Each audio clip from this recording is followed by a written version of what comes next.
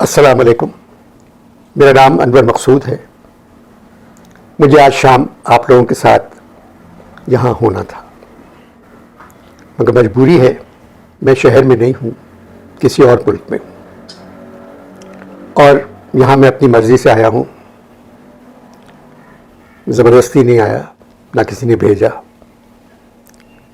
مجھے اس شام کی یاد ہمیشہ آتی رہے گی، کیونکہ اس شام کا مقصد ہے کراچی کو ٹھیک ہونا چاہیے. 1948 سے میں اس شہر میں ہوں.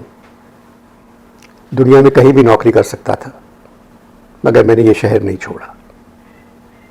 یہ شہر ہمارا ہے، ہم سب کا ہے شہر. ہمارے وزیر اعظم چاہ رہے ہیں ملک ریاست مدینہ میں تبدیل ہو جائے. تو سب سے زیادہ اہم کام کون کر سکتا ہے؟ جماعت اسلامی. اور جماعت تو اس شہر کے لیے جان دینے کو تیار ہے. کب سے یہ کام کر رہے ہیں، کب سے چاہ رہے ہیں کہ اس شہر کی گلیاں پھر روشن ہو جائیں، اس شہر کے گھروں میں پانی آئے، اس شہر کے بچے اسکول جائیں، رات کو کوئی ڈر نہ ہو، کیونکہ یہ شہر سب کا ہے. جیسا کہ سب کہتے ہیں یہ شہر ماں ہے، اس کے دونوں ہاتھ پھیلے ہوئے ہیں. جو بھی آیا اس نے اب اس کو سینے سے لگا لیا اور کہا یہی رک جاؤ. وہ رک گیا. آبادی بڑھتی جا رہی ہے، لوگوں کو احساس نہیں ہے کہ شہر کے ساتھ کیا کچھ ہو رہا ہے.